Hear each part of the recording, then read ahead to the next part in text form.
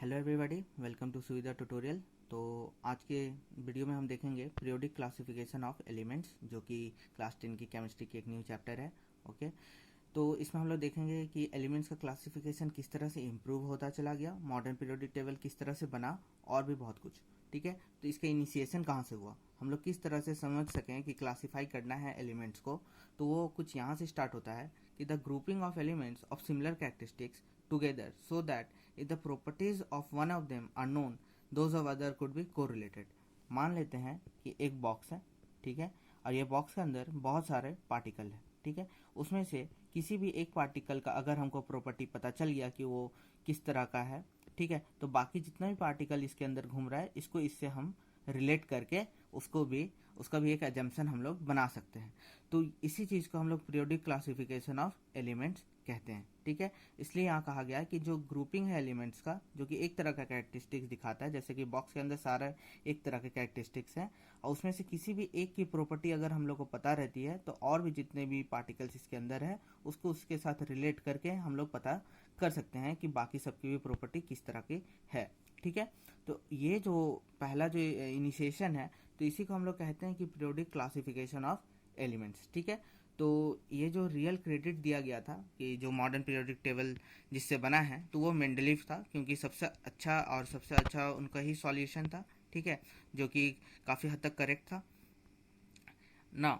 ही arranges Mendeleev ने किस तरह से किया था, अब यहाँ पर ब्रीफ में देखेंगे, फिर इसका एक्सप्लेनेशन भी देखेंगे। ओके, तो यहाँ पे ब्रीफ में हम लोग देख रहे हैं कि he arranges the known elements in a certain groups in a such a way that elements with a similar properties are group together. कहने का मतलब, ये जितने भी नॉन एलिमेंट्स थे, तब जितने भी नॉन एलिमेंट थे उनके टाइम में, तो उनको एक सर्टेन ग्रुप में डाला गया, ठीक है। और इस तरह से डाला गया कि जैसे मान लेते हैं कि जो एक तरह का प्रॉपर्टी दिखा रहा है उसको एक जगह रखा गया। मान लेते हैं मेंडलीव ने सर्टेन ग्रुप है, ठीक है, मान लेते हैं एक ग्रुप ए है और ग्रुप बी है। तो ये क्या किया कि जो एक तरह का प्रॉपर्टी दिखा रहा है जितना भी पार्टिकल, ठीक है, मान लेते हैं ये एक तरह का प्रॉपर्टी दिखा रहा है, मान लेते हैं ये पॉजिटिव दिखा रहा है, तो इसको ग्रुप ए में डाल दिए। और ये नेगेटिव दिखा रहा है सारा पार्टिकल, तो इसको ग्रुप बी में डाल दिया, ठीक है।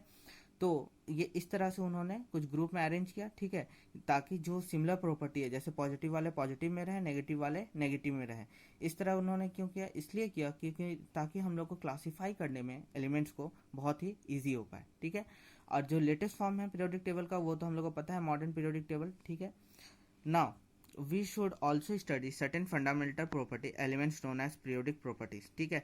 अब ये जो फंडामेंटल प्रॉपर्टी है, जो कि क्या है, इसी को हम लोग कहते हैं, जो fundamental property are also known as periodic properties. ये रिलेट करता है इलेक्ट्रॉनिक कन्फिग्रेशन से, क्योंकि जो मॉडर्न पीरियोडिक टेबल है उसमें सीधा सीधा इसमें बताया गया है कि कोई भी एलिमेंट्स का जो इलेक्ट्रॉनिक कन्फिग्रेशन है, जो भी एटम का, ठीक है, जैसे सोडियम मैग्नीशियम किसी का भी, तो उसके अकॉर्डिंग हम लोग क्लासीफाई करेंगे, ठीक है। ये मॉडर्न पीरियोडिक टेबल के अंदर ही आता है, and this is also called periodic properties, ठीक है। Now initiation for making in elements, ठीक है, मतलब मेकिंग ऑर्डर इन एलिमेंट्स। पहले तो जैसे मान लेते हैं बहुत ही पहले कि एलिमेंट्स जो थे वो रैंडम थे, किसी को पता नहीं था कि इसको कहाँ पे प्लेस करना है या फिर किस तरह से उसमें ऑर्डर एक लाया जाए, ठीक है। जैसे मान लेते कोई दुकान है और हम लोग सारे कोई एक साथ चल गए तो वहाँ पे भीड़ लग जाता है, बट वहीं पे अगर हम लोग लाइन से जाते हैं तो वहाँ पे एक ऑर्डर का फॉर्मेशन करते हैं, ठीक है। सिमिलरली यहाँ पे धीरे धीरे किस तरह से हुआ, तो पहले तो इस तरह नहीं था, बट अभी क्या हुआ, धीरे धीरे इसका पिक्चर जो है क्लियर होता चला गया। तो हम लोग नंबर 1 देखेंगे, clear picture about elements and atom which constitute this was made clear for the first time by Dalton, ठीक है। आप लोगों ने डाल्टन एटॉमिक थ्योरी देखा होगा, ठीक है। तो जो डाल्टन था उन्होंने सबसे पहले ये बताया कि एटम्स होते हैं, ठीक है, और एटम्स एलिमेंट्स के बारे में उन्होंने काफ़ी हद तक क्लियर किया। तो ये सबसे पहले आपको डाल्टन एटॉमिक थ्योरी में पता चल जाएगा। ओके, नाउ सेकेंड आप कह सकते हैं, ठीक है, लेविजायर था जो कि डिवाइड किया था एलिमेंट्स को 2 मेन टाइप्स में, ठीक है। मान लेते हैं जैसे कि मैंने बताया, तब रैंडमली ओरिएंटेड रहते थे, सारे एलिमेंट्स को पता नहीं था कि किसको कहाँ पे रखना है। सो लेविजायर जो थे वो एक्चुअल में क्या किए थे कि जितना भी एक मेन ग्रुप बना देते थे, जैसे मेंडलीव के लिए मैंने दिखाया कि ग्रुप ए और ग्रुप बी बना दिया था, उसी तरह से यहाँ पे लेविजायर ने क्या किया था, बना दिया था मेटल्स एंड नन मेटल्स, ठीक है। तो इस तरह से कुछ ऑर्डर का हम लोग को धीरे धीरे इम्प्रूवमेंट दिखने चला गया। जैसे पहले डाल्टन आए, वो बताएं कि नहीं सब कुछ ठीक है, एटम्स है, उसका कंस्टिट्यूएंट है, सबके बारे में बताया। फिर लेवेजार आया कि नहीं, उसका क्लासीफाई होना चाहिए मेटल्स और नन मेटल्स की तरह में। तो इस तरह से धीरे धीरे इम्प्रूव होता चला गया। तो इसमें हम लोग कुछ मेन 3 टॉपिक्स देखेंगे, जिसमें हम लोग मान के चलते हैं कि इसके कारण ही मॉडर्न पीरियोडिक टेबल का फॉर्मेशन हुआ, या फिर सबसे ज़्यादा इन लोग का ही कंट्रीब्यूशन है। तो नंबर 1 इसमें आ जाते हैं डॉबनर स्ट्रेट, नंबर 2 आपका Newlands law of Octave, and the third जो आपके है, जो सबसे ज़्यादा इंपॉर्टेंट है, वो है मेंडलीव्स का पीरियोडिक टेबल। ओके, तो सबसे पहले हम लोग डॉबनर ट्रेट के बारे में देखेंगे कि डॉबनर ने क्या किया था। तो इन ईयर 1817, ठीक है, 1817 में जोहानन डॉबनर थे, जो कि जर्मन केमिस्ट थे। वो क्या किए थे कि वो अरेंज किए थे certain elements with a similar physical and chemical property, ठीक है, इन ग्रुप्स ऑफ 3 ट्रेड्स। कहने का मतलब वो जो एलिमेंट को, हम लोग एलिमेंट को क्लासीफाई करना है और पता करना है कि वो किस प्रॉपर्टी में है, तो वो फिजिकल एंड केमिकल प्रॉपर्टी के बेसिस पे उन्होंने ट्रेड बनाया, ठीक है, ग्रुप्स ऑफ 3। देखिए ग्रुप्स ऑफ 3 मान लेते हैं, first person, second person and third person, this are the group of 3 and the group of 3 also known as triad. Okay, तो ग्रुप ऑफ 3 को ही हम लोग ट्रेड कहते हैं। जैसे ए बी सी 3 हो गया, जैसे 2 रहता है तो पेयर है, तो यहाँ 3 रहेगा तो क्या कह सकते हैं उसको, ट्रेड कह सकते हैं, ठीक है। तो उन्होंने किस बेसिस पे बनाया था, physical and chemical properties. Physical कहने का मतलब आपका हो गया मेल्टिंग पॉइंट, बॉइलिंग पॉइंट, ये सब के बेसिस पे, और केमिकल प्रॉपर्टी मतलब रिएक्शन के बेसिस पे। Okay, on the basis of atomic मास। यहाँ पे आपका स्टार्ट हो जाता है कि वो एटॉमिक मासेस पे, मतलब जो भी एलिमेंट्स है, एटम्स है, उसका एटॉमिक मास पे वो चेक कर रहे थे। ओके, नाउ अगर हम देखते हैं कि उन्होंने किस तरह से किया था, तो let the element A B C D we arrange in order of increasing atomic masses, ठीक है। मान लेते हैं ए बी सी डी आपका एलिमेंट्स है, जिसको इंक्रीजिंग एटॉमिक मास पे लिखा गया। मतलब इसका मान लेते हैं एटॉमिक मास 1 है, तो इसका 2 है, 3 है, 4 है, तो इंक्रीजिंग ऑर्डर में रखा गया है। And the atomic mass of the middle element, ठीक है, be was the almost the average of first and third, ठीक है। तो हम लोग क्या समझेंगे, यहाँ पे ये नहीं लेते हैं, ठीक है, ये डी नहीं लेते हैं। तो यहाँ पे हम लोग समझेंगे कि उनका कहना था कि मान लेते ए बी सी मेरा एक ट्रेड है। ओके, जैसे यहाँ मैंने बताया है, A B C the group of 3 is known as triad, ठीक है। Now the average of A and B, ठीक है, यहाँ पे देखिए almost the average of atomic mass of first and third, मतलब ए को प्लस बी और डिवाइडेड बाय अगर हम 2 कर देते हैं तो बी का एटॉमिक मास के अप्रॉक्स आ जाएगा, इनका कहना था। इसलिए यहाँ पे एटॉमिक मास ऑफ बी अगर मान लेते हैं कि ये ट्रेड है और इसमें एटॉमिक मास हमको फाइंड करना है बी का, तो वो कुछ इस तरह से अरेंज किए थे कि ए का जितना भी एटॉमिक मास है और सी का जितना भी एटॉमिक मास है, दोनों का एवरेज अगर निकाल दें तो किस तरह से निकालेंगे। तो पहले हो गया atomic mass of A plus atomic mass of C divided by 2, ठीक है। तो ये जैसे ही किए तो इससे हम लोग का जो भी रिजल्ट मिला वो एटॉमिक मास ऑफ बी के बराबर होना चाहिए। तो यही मेन था डॉबनर ट्रेड का, ठीक है। अगर आपको कोई भी प्रॉब्लम होगा तो आप पूछ सकते हैं। ओके, जैसे कि यहाँ पे आप देख सकते हैं मैंने लिया है लिथियम, सोडियम एंड पोटासियम, ठीक है। तो दीज आर अल्कली मेटल्स, ठीक है। अब जैसे कि मैंने बताया कि फर्स्ट और थर्ड का, तो फर्स्ट का यहाँ पे मान लेते हैं लिथियम का 6.9 है और पोटासियम का 39 है, दोनों का ऐड किए हैं, 2 से डिवाइड कर दिए, दैट मीन दोनों का एवरेज वैल्यू हम लोगों ने निकाला। तो कितना आ गया 23.95, और अप्रॉक्सीमेट हम इसको 23 भी मान सकते हैं, that is the atomic mass of sodium. तो इस तरह से कुछ डॉबनर ट्रेड ने बताया था। तो some chemical properties in this triad, ठीक है। तो ऑल एलिमेंट्स सिर्फ इस ट्रेड के लिए, ठीक है, लिथियम सोडियम एंड पोटासियम के लिए क्या क्या यहाँ पे केमिकल प्रॉपर्टी शोन कर रहा है इस ट्रेड में। तो ऑल एलिमेंट्स आर मेटल, यहाँ पे जितने मैंने लिया है तीनों जो है एलिमेंट्स सारे मेटल हैं। All of them react with water to form the soluble hydroxide, कहने का मतलब ये सारे के सारे वाटर के साथ रिएक्ट कर सकते हैं, जैसे कि एक soluble hydroxide, that means OH ions form कर सके ना। All of them are monovalent which means exhibit valency of 1, चाहे वो लिथियम हो, सोडियम हो और पोटासियम हो। आप 9 में भी पढ़े हैं कि वैलेंसी किस तरह से फाइंड किया जाता है, इस चैप्टर में मैं आगे भी बताऊंगा, ठीक है। तो all of them are monovalent, कहने का मतलब सारे सारे क्या है, मोनोवैलेंट है, दैट मीन्स वैलेंसी जो होगा उनका 1 के बराबर होगा। अब देखते हैं कि डॉबनर ट्रेड फेल क्यों हुआ था। ओके, तो लिमिटेशन देखते हैं। तो he could not arrange all the elements known at that time into trade, कहने का मतलब ट्रेड जो है आपका तीन पेयर है ना, मतलब उसमें 3 एलिमेंट्स रहते हैं, उसी को हम लोग ट्रेड कहते हैं। तो ये क्या था तब के टाइम में, जितने भी एलिमेंट्स हम लोग को पते थे, ठीक है, तो उनको सारा को अरेंज हम लोगों ने नहीं कर पाया था कौन, डॉबनर्स ने, ठीक है, तो वो नहीं कर पाए थे, तो ये पहला लिमिटेशन में आ जाता है। Next, he could identify only 3 such trade given and mention, ठीक है, तो वो उन्होंने सिर्फ 3 ही ट्रेड बताया, जैसे मैंने यहाँ पे लिथियम, सोडियम और पोटासियम का बताया, इस तरह का उन्होंने सिर्फ 3 ही ट्रेड बता पाया था, उसके आगे नहीं बता पाया था, इसलिए ऊपर लिखा हुआ है कि वो सारे जितने भी एलिमेंट्स थे सारा को अरेंज नहीं कर पाए थे इनटू ट्रेड में, तो ये लिमिटेशन हो जाता है डॉबनर्स का।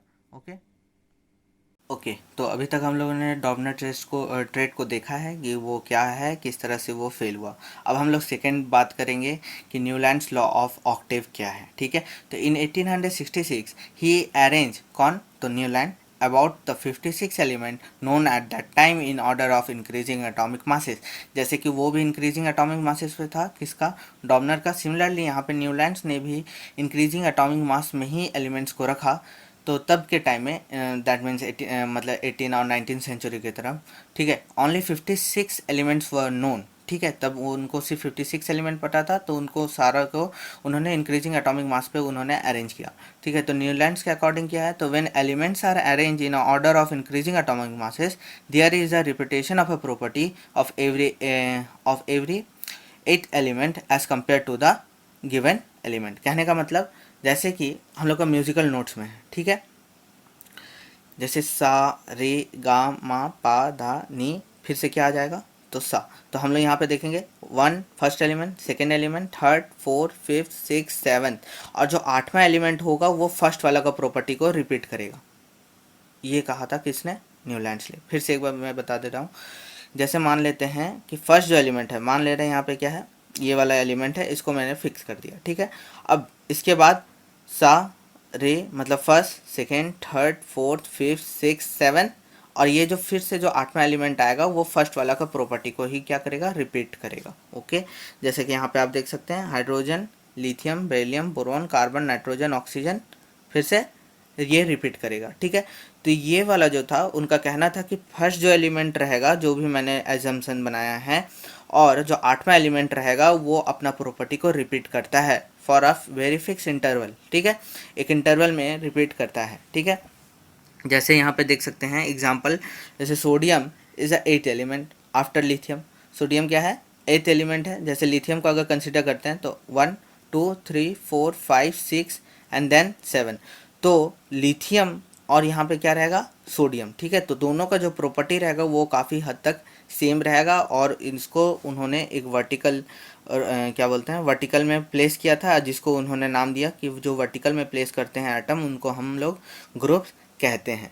तो यहाँ पे हम लोग क्या सीख रहे हैं, मान लेते कोई भी एलिमेंट है after 1 2 3 4 5 6 and the 8th element after this element to be considered, तो जो भी 8वां एलिमेंट रहेगा वो फर्स्ट वाला के प्रॉपर्टी के साथ बहुत हद तक मैच करेगा, ठीक है। और उसको उन्होंने ये वर्टिकल रो में कॉलम में रखा, ठीक है, जिसको उन्होंने यहाँ पे क्या कहा कि वो ग्रुप है। ओके, तो ये किसने कहा था, न्यूलैंड्स ने कहा था, ठीक है। इसमें कोई प्रॉब्लम होगा तो आप पूछ सकते हैं। तो न्यूलैंड्स ने सिंपली यही बताया है कि ऑक्टेव मतलब every after 8 element it repeat itself, ठीक है, या फिर रिपीट नहीं तो उसका जो प्रॉपर्टी है वो रिपीट होगा। तब 56 एलिमेंट नोन था, तो उसी को उन्होंने इंक्रीजिंग एटॉमिक मास में अरेंज किया था, ठीक है। जैसे यहाँ पे म्यूजिकल नोट में हम लोग का रहता है, ठीक है, सारे गामा, और उसी तरह वेस्टर्न में रहता है डो रे मी फा, ठीक है।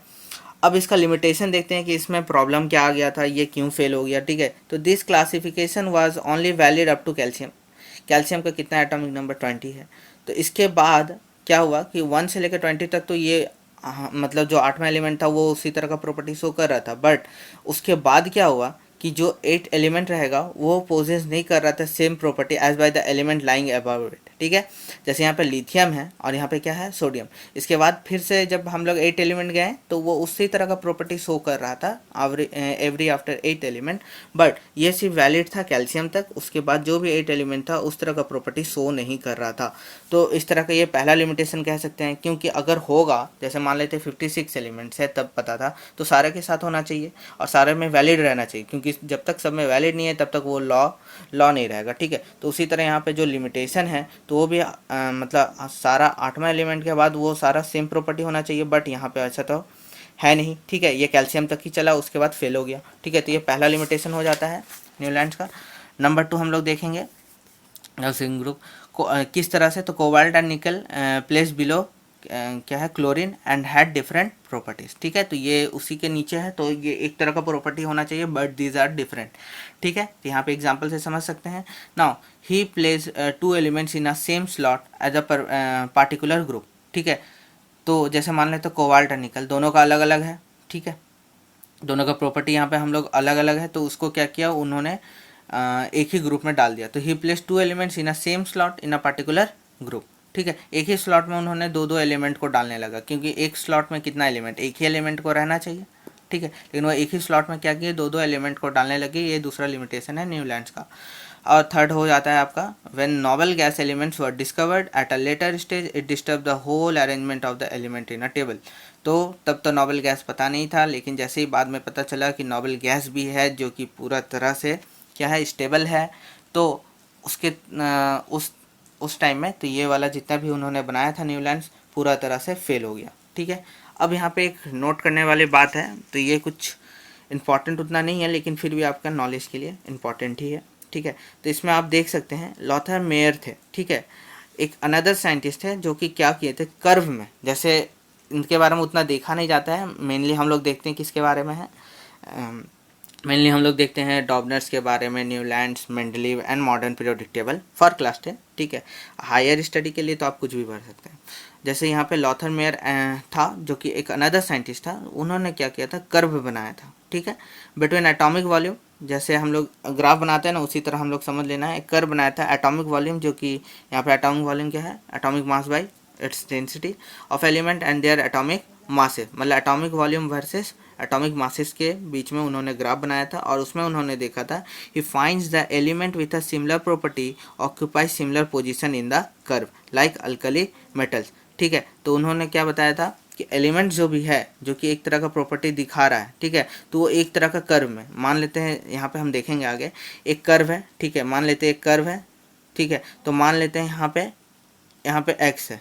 ठीक है, और यहाँ पे भी क्या है y है, यहाँ पे मान लेते हैं x इजिकल टू वाई है इन प्रॉपर्टी। ठीक है, तो ये भी ऊपर में प्लेस है, ये भी ऊपर में प्लेस है, तो इनका कहना था कि जो भी एलिमेंट एक तरह का प्रॉपर्टी है वो एक ही तरह में प्लेस भी किए जा रहे हैं, एक ही पोजीशन में, मतलब ये अपवर्ड पोजीशन में है तो ये अपवर्ड में ही प्लेस करेंगे, और जो लोअर पोजीशन में है वो लोअर में करेंगे। तो ये भी उनका एक तरीका था कहने का। तो ये अल्कली अर्थ मेटल में था। अब अल्कली अर्थ मेटल जैसे बेरिलियम है, मैग्नीशियम, ईटीसी, इसको डिसेंडिंग पोजीशन में डाला गया। ठीक है, और हेलोजेंस जो है उसको असेंडिंग पोजीशन में डाला गया। ये कुछ उनका कर्व है। ठीक है, एटॉमिक वॉल्यूम। आपको इनके बारे में अगर और जानना है तो आप गूगल पे भी सर्च कर सकते हैं। ठीक है, तो कुछ इस तरह से उन्होंने कर्व में अरेंज किया था। ठीक है, जैसे यहाँ पे फ्लोरीन, क्लोरीन एंड ब्रोमीन है। ठीक है, और जितना भी जैसे लिथियम है, सोडियम है, पोटासियम है, इनका एक प्रॉपर्टी है। क्यों? क्योंकि कर्व के सारे क्या है पीक पे यहाँ पे बैठे हुए हैं, और जो लोअर पीक पे बैठे हुए हैं तो उनको हम लोग क्या कह सकते हैं, उनका एक प्रॉपर्टी है। जिनका कहना था कर्व में जो जहाँ पे प्लेस है उनका एक तरह का प्रॉपर्टी शो करेगा। Okay okay, now Mendeleev periodic table, जो कि सबसे ज़्यादा इम्पॉर्टेंट है इस चैप्टर में। ठीक है, क्योंकि यही है जो सबसे ज़्यादा अच्छा और अप्रॉक्सीमेट सॉल्यूशन दे पाए थे, ऑलमोस्ट करेक्ट था, जो कि था पीरियोडिक टेबल के बारे में। ठीक है, जो जिससे थ्रू हम लोग का मॉडर्न पीरियोडिक टेबल बना है। तो अब मेंडलीव पीरियोडिक टेबल के बारे में देखेंगे। तो जब उन्होंने स्टार्ट किया था तो तब सिर्फ 63 एलिमेंट्स नोन थे, और जो उनका परटर्वेशन था, परटर्वेशन कहने का मतलब अप्रॉक्सीमेट सॉल्यूशन उन्होंने जो फाइंड किया था इसके बारे में, तो वो ऑलमोस्ट करेक्ट था। ठीक है, कि ये पीरियोडिक टेबल इस तरह से होना चाहिए, उसका अरेंजमेंट कुछ इस तरह से होना चाहिए।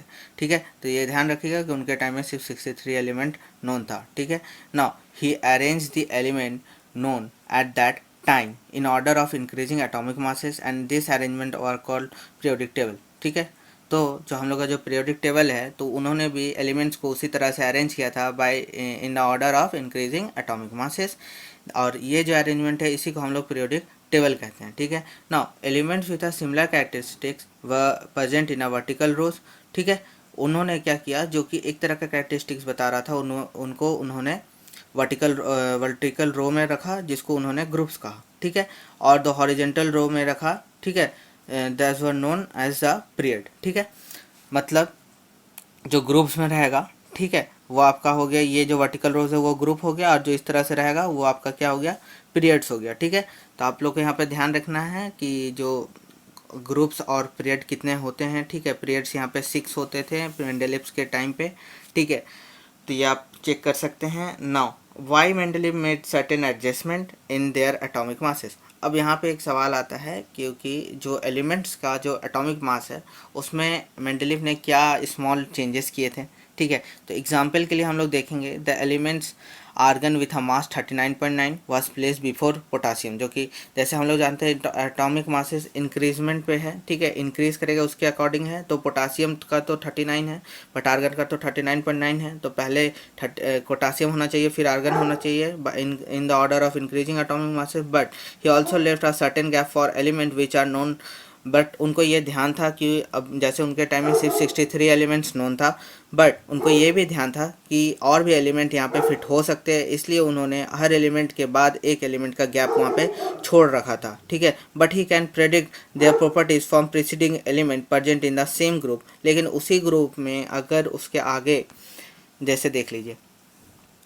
ठीक है, ये आपका ग्रुप हो गया। तो यहाँ पे एक एलिमेंट उन्होंने पेश किया फिर यहाँ पे एक प्लेस कर दिया, ठीक है। तो ये वाला जो गैप हो गया, तो ये गैप में जो एलिमेंट मान लेते हैं ए है बी है, तो ए के बाद बी है, तो यहाँ पे कुछ सर्टेन गैप छूटा हुआ है, तो ये सर्टेन गैप में मान लेते हैं कोई एक्स एलिमेंट आने वाला है। तो ये जो एलिमेंट आने वाला है उसका भी प्रॉपर्टी वो ए के बेसिस पे, मतलब उसका जो प्रीसीडिंग मतलब जो पहले वाला था एलिमेंट्स उसके बेसिस पे वो गेस करते हैं कि इसका, मान लेते हैं ए मेटल है तो इसका भी गेस करते हैं कि शायद वो मेटल ही हो, ठीक है। तो इस तरह से he can predict their properties from the preceding element present in the same group that were known at that time. तो उनके टाइम में मान लेते हैं, फिर से एक बार मैं बता रहा हूँ कि ए है बी है, तो ए के बाद बी है, तो यहाँ पे उन्होंने कुछ सर्टेन गैप छोड़ा। क्यों छोड़ा? तो ये सर्टेन गैप इसलिए छोड़ा क्योंकि वहाँ पर शायद एलिमेंट्स वहाँ पे जो कि पता नहीं थे तब के टाइम में वो वहाँ पे फिट हो सके, लेकिन जो भी एलिमेंट होंगे वो प्रीसीडिंग टर्म के जो एलिमेंट है उसके प्रॉपर्टी से कुछ मैच करते होंगे, ठीक है। In order to identify them he put एका, ठीक है। एका मीन्स 1 होता है, ये संस्कृत है, ठीक है।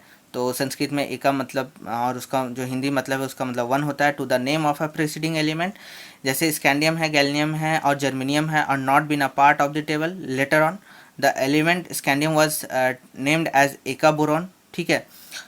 Mean that there was a gap after boron, मतलब इनका कहना था जैसे ये बोरॉन है, ठीक है, तो यहाँ पे उन्होंने गैप छोड़ा था कि यहाँ पे कोई एलिमेंट जो है वो फिक्स होगा, ठीक है।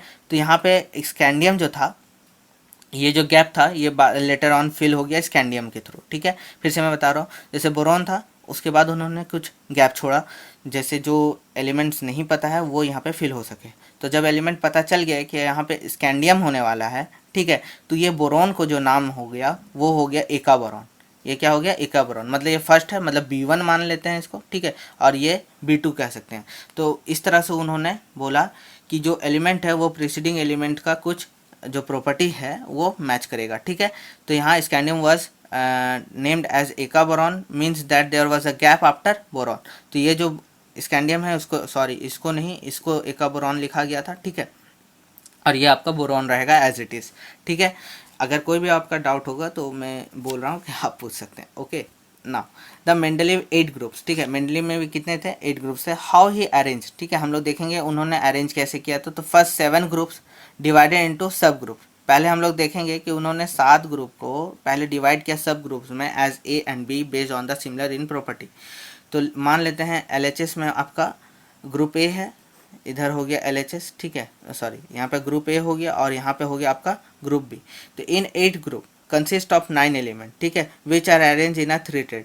जैसे कि इसी तरह करते करते, जैसे हम लोग का 7 ग्रुप्स है, 7 को फिर फर्दर उन्होंने तोड़ा है ए और बी में। तो इसी तरह करते करते जब 8वां ग्रुप में 1 2 3 4 करते करते जब हम 8 ग्रुप में जाएंगे तो उसमें सिर्फ 9 एलिमेंट्स थे, ठीक है। जब वो 8 ग्रुप्स में गए तो वहाँ पे सिर्फ कितने एलिमेंट थे?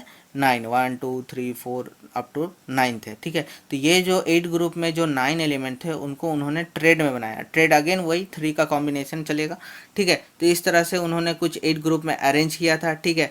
मतलब पहले उन्होंने ग्रुप बनाया, फिर उसके अंदर सब ग्रुप बनाया, ठीक है। और सब ग्रुप बनाने के बाद भी जो, क्योंकि उसका टोटल 8 ग्रुप था, तो उन्होंने जो 7 ग्रुप है, पहला जो 7 ग्रुप है, पहले आप समझ लीजिए हैं कि पहला 7 ग्रुप में उन्होंने ए और बी के अकॉर्डिंग तोड़ दिया, मतलब 7 ग्रुप में उन्होंने फर्दर ग्रुप बनाया, दैट मीन्स सब ग्रुप बनाया, that is A and B. But जो 8वां ग्रुप था उसको उन्होंने क्या किया, उसमें उन्होंने 9 एलिमेंट को रखा, उसमें 3 का ट्रेडिंग हुआ। ठीक है, समझ में आया? फिर से एक बार बता देता हूँ। ओके, जैसे उनके टाइम में 8 था, ठीक है, 8 ग्रुप पता था, तो उसमें उन्होंने क्या किया, 7 ग्रुप को लिया। अब 7 को यहाँ पे क्या किया, ग्रुप ए और इसको सब पार्ट में तोड़ के इस तरह से कम उन्होंने 7 ग्रुप को बताया। बट जो 8वां ग्रुप था, क्योंकि टोटल ग्रुप कितना है 8, तो सातों ग्रुप को उन्होंने ए और बी के फॉर्म में तोड़ा। बट जो 8वां ग्रुप है उसको उन्होंने कैसे किया कि इसमें 8वां ग्रुप में उन्होंने 9 एलिमेंट को रखा और 9 एलिमेंट में क्या किया, 3 का बना दिया ट्रेड। तो इस तरह से उन्होंने कुछ 8 ग्रुप को प्रेजेंट किया था। ओके, और उन्होंने मेंडलीव के जो 6 पीरियड थे उनको किस तरह से अरेंज किया था, in order to accommodate the more elements the period 4, 5, 6 were divided into 2 half. ठीक है, the first half place in upper left corner and the second half, ठीक है, सेकेंड प्लेस जो था वो राइट कॉर्नर था इन ईच बॉक्स। ठीक है, वो अपर राइट कॉर्नर में थे। तो कहने का मतलब जैसे उन्होंने पहले जो 6 पीरियड था उनको, मतलब जो ग्रुप था उनको सब ग्रुप में इस तरह से डिवाइड किया था, लेकिन जो 6 पीरियड था उनको उस तरह किस तरह से किया था, मान लेते ये बॉक्स है आपका। ठीक है, तो जो फर्स्ट हाफ था, ठीक है, तो first half place in upper left corner, ठीक है, अपर लेफ्ट कॉर्नर, और जो सेकेंड हाफ था उसको किधर किया था, अपर राइट कॉर्नर में। ठीक है, तो मैं यहाँ पे आपको एक फिगर दिखा दूंगा तो आप उससे भी समझ सकते हैं। ओके, नाउ मेरिट्स क्या थे, तो सिमेट्रिक स्टडी ऑफ एलिमेंट, ठीक है, prediction of new elements and their property and correction of a doubtful at atomic masses, मतलब जो एटॉमिक मासेस में उन्होंने करेक्शन किया था उसमें कुछ ठीक हुआ। फिर सिस्टमेटिक स्टडी वहाँ पे एलिमेंट्स का ज़्यादा बेहतर हुआ कि इस तरह से एलिमेंट्स को रखना चाहिए, ठीक है, इनके जो एटॉमिक मास में रखना चाहिए इस तरह से। और प्रेडिक्शन जो था कि उनका न्यू एलिमेंट्स का, कि जो भी न्यू एलिमेंट फॉर्म होगा जिसके कारण उन्होंने गैप छोड़ा था उसका जो प्रॉपर्टी है वो प्रेसिडिंग एलिमेंट से काफ़ी हद तक मैच करेगा, तो ये उनका मेरिट्स में आता था। ठीक है, अब डिमेरिट देखते हैं क्या क्या डिमेरिट थे। Number 1, position of hydrogen. Hydrogen is place at the top of a alkali earth metal. जब भी आप पीरियोडिक टेबल देखेंगे देखिएगा कि लेफ्ट साइड में सबसे ऊपर में यहाँ पे आपका हाइड्रोजन रखा हुआ है। ठीक है, तो जो यहाँ पे रखा हुआ रहता है तो ये पूरा अल्कली अर्थ मेटल का ग्रुप है। ठीक है, 1s1 जो भी है, 2 जो है, तो वहाँ पे रखा हुआ रहता है। तो it resemble alkali metal by forming positive ions. ठीक है, तो ये क्या होता है, because it resemble alkali metal by forming positive ion, क्योंकि हाइड्रोजन है तो वो पॉजिटिव आयन बनाता है जिसके कारण उसको अल्कली अर्थ मेटल में रखा जाता है। But like both alkali metal form the similar compounds with elements like oxygen, chlorine and sulphur etc। तो यहाँ पर सोडियम के साथ भी बनाता है और हाइड्रोजन के साथ भी। Also resembles halogen by forming the diatomic and both are non metals. अब पोजीशन ऑफ हाइड्रोजन क्या था, अननोन था, मतलब उसको कहाँ पे प्लेस करें, तो उसको कहाँ पे प्लेस कर दिया गया। अब अच्छा से समझिए कि पोजीशन ऑफ हाइड्रोजन क्यों उनका डिमेरिट बना, क्योंकि हाइड्रोजन जो है 2 तरह का प्रॉपर्टी को बता रहा है। ठीक है, आपका पहला प्रॉपर्टी को आपको वो बता रहा है कि वो सिंस वो पॉजिटिव आयन फॉर्म करेगा जिसके कारण हम उसको अल्कली अर्थ मेटल पे रखना पड़ेगा। ठीक है, अल्कली अर्थ मेटल पे रखना पड़ेगा। अब वो दूसरा जो है वो हैलोजन पे बता रहा है, क्यों, क्योंकि उसका जो मतलब कैपेबिलिटी है कि वो डायटोमिक मॉलिक्यूल को भी फॉर्म कर सकता है। ठीक है, क्यों, और दूसरा भी ये भी आप बोल सकते हैं बोथ आर नॉन मेटल, ये नॉन मेटल भी है। ठीक है, जैसे CH4, CCl4 etc ये सब जितना भी है, तो यहाँ पे आप देख सकते हैं कि हाइड्रोजन जो है अटैच हो रहा है और यहाँ पे वो किस तरह एक्ट कर रहा है, नॉन मेटल की तरह। तो इस तरह से पोजीशन जो हाइड्रोजन था तो समझ नहीं आ रहा था कि उसको हैलोजन में रखना है या फिर अल्कली अर्थ मेटल में, तो उसको फाइनली अल्कली अर्थ मेटल पे ही रखा गया है। ठीक है, now anomalous position of some elements. ठीक है, इसलिए उसको एक्चुअल में अल्कली अर्थ मेटल भी नहीं बोलना चाहिए, बट उसको इसलिए top most corner left side में रखा गया है। ठीक है, now anomalous position of some element देखिए, but in some cases the element with a higher atomic mass precede the elements with a lower atomic mass, है ना। जैसे एनोमलस पोजीशन, जैसे वहाँ पे मैंने बताया था कि उसने कुछ एडजस्टमेंट किया था। ठीक है, कैसे, क्योंकि वो गैप छोड़ा था।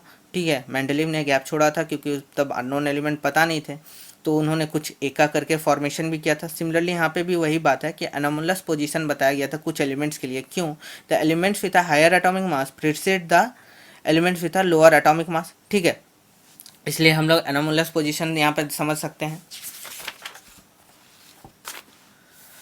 पोजीशन ऑफ आइसोटोप्स, ठीक है। अब आइसोटोप्स क्या होता है? We know the isotopes of an element have the different atomic masses but the same atomic number. कोई भी एलिमेंट का एटॉमिक मास होता है, एटॉमिक नंबर होता है, तो उस तरह का कोई भी एलिमेंट जिसमें जो है एटॉमिक मासेस क्या हो, सेम हो, बट जो एटॉमिक नंबर हो वो क्या हो, डिफरेंट हो, ठीक है। तो उसी को हम लोग क्या कहेंगे, क्या कहेंगे, आइसोटोप्स कहेंगे, ठीक है। आइसोटोप्स होता है, आइसोटोन्स होता है, इसी तरह से हम लोग पढ़ना है, ठीक है। Now in Mendeleev periodic table में क्या हुआ था, there is must have been the allotted to all the isotopes of a particular element. जैसे कोई भी एलिमेंट है, कोई भी पार्टिकुलर एलिमेंट है तो उसका आइसोटोप्स होना चाहिए। इसका मतलब उसका जो एटॉमिक मासेस है, जैसे मान लेते हैं कोई भी एलिमेंट को हम लोग एक्स से डिनोट करते हैं, ठीक है। एटॉमिक नंबर यहाँ, एटॉमिक मास यहाँ लिखते हैं, तो ये जो एटॉमिक मास लिखते हैं तो एटॉमिक मास सबका क्या होना चाहिए था, सेम होना चाहिए, ठीक है। और एटॉमिक नंबर जो है डिफरेंट होना चाहिए। तो इस तरह का बहुत सारा एलिमेंट होना चाहिए जिसका आइसोटोप फॉर्म होना चाहिए। But 3 different position for the hydrogen should be allotted with a mass 1 2 3 but it has only 1 position। कहने का मतलब उन्होंने सिर्फ हाइड्रोजन को एक ही पोजीशन दे पाया, दैट मीन्स 1, ठीक है। उन्होंने ना ही 2 के बारे में बताया, ना ही 3 के बारे में। क्यों? क्योंकि हाइड्रोजन एक मान लेते हैं पर्टिकुलर एलिमेंट है और उसका हम लोगों को क्या होना चाहिए, आइसोटोप्स फॉर्म होना चाहिए, ठीक है। तो इस तरह से वो पोजीशन ऑफ आइसोटोप्स बताने में भी असफल रह गए, ठीक है। नाउ नो को रिलेशन एलिमेंट इन अ सब ग्रुप, कहने का मतलब उन्होंने जो फर्दर सब ग्रुप बनाया है, तो elements in a same group must resemble with their property. जैसे एलिमेंट्स जितने भी है उसको वर्टिकल रो में रखा गया है ना, वर्टिकल रो में रखा गया, तो जो भी रखा जाएगा तो सारा का जो प्रॉपर्टी है क्या होना चाहिए, सेम होना चाहिए। बट ऐसा नहीं था, but as in a 2 groups, क्योंकि उन्होंने 2 ग्रुप बनाया था, 1A और 1B, ठीक है। तो वहाँ पे आप लिथियम, सोडियम, पोटासियम और कॉपर, सिल्वर और गोल्ड जो है, नो सिमिलैरिटी बिटवीन देम। तो जैसे कि ग्रुप में अगर हम रखते हैं तो जो पहला एलिमेंट है, दूसरा एलिमेंट, सारा का प्रॉपर्टी कुछ ना कुछ मैच करना चाहिए, लेकिन ऐसा नहीं था। तो देयर इज़ अ नो को रिलेशन ऑफ एलिमेंट इन अ सब ग्रुप, ठीक है, जो उन्होंने फर्दर सब ग्रुप्स को तोड़ा था ना। Cause of periodicity, no explanation for why the properties of the element get repeated after gaps of atomic mass in a particular group. अब पीरियोडिसिटी क्या होता है पहले ये समझ लेते हैं। The repetition of similar properties of a element place in a group and separated by a certain definite gap, ठीक है। तो repetition of the similar properties, कहने का मतलब यहाँ पे ए है, यहाँ पे ए है, इसके बाद मैंने कुछ गैप छोड़ा और यहाँ पे मैंने बी रखा। तो रिपीटेशन ऑफ सिमिलर प्रॉपर्टीज, ठीक है, of element place in a group and separated by a certain definite gap. तो ये जो है मान लेते हैं ए है, इसको आप हल्का ग्रुप में देखें तो और अच्छा है, ये गैप छोड़ा गया, यहाँ पे बी लिख दिए। तो ए का कुछ प्रॉपर्टी है जो बी के बारे में बताया जाएगा, लेकिन यहाँ जो गैप है, ठीक है, सर्टेन डेफिनेट गैप है जो कि एटॉमिक नंबर है, ठीक है, यहाँ पे उसके बारे में एक्सप्लेनेशन नहीं दिया गया था। इसी को पीरियोडिसिटी कहते हैं। रिपीटेशन ऑफ सिमिलर प्रॉपर्टीज, मतलब ए और बी का जो कुछ प्रॉपर्टी है वो कुछ सिमिलर है, place in a group and separated by certain definite gap. इसको हम लोग क्या कहते हैं, यहाँ डेफिनेट गैप है और ए और बी का कुछ प्रॉपर्टी क्या है, सिमिलर है, तो ये चीज़ के बारे में नहीं बताया गया था ना। Cause of periodicity, no explanation for why the properties of the element get repeated after a gaps of atomic mass in a particular group. तो ये पीरियोडिसिटी का, एक पीरियोडिसिटी के बारे में भी एक्सप्लेनेशन नहीं दिया गया था, ठीक है। लेकिन अब के टाइम में अब टोटल नोन एलिमेंट 118 है, ठीक है, और भी न्यू डिस्कवर हो सकते हैं, ठीक है। तो ये मॉडर्न पीरियोडिक टेबल में पढ़ेंगे, ये पार्ट 1 है। तो अगर आपको ये वीडियो ठीक लगे तो आप इसको लाइक, शेयर और सब्सक्राइब कर दें, ठीक है। और अगर आपको कोई भी डाउट होगा इससे रिलेटेड तो आप पूछ सकते हैं। Okay, now thank you.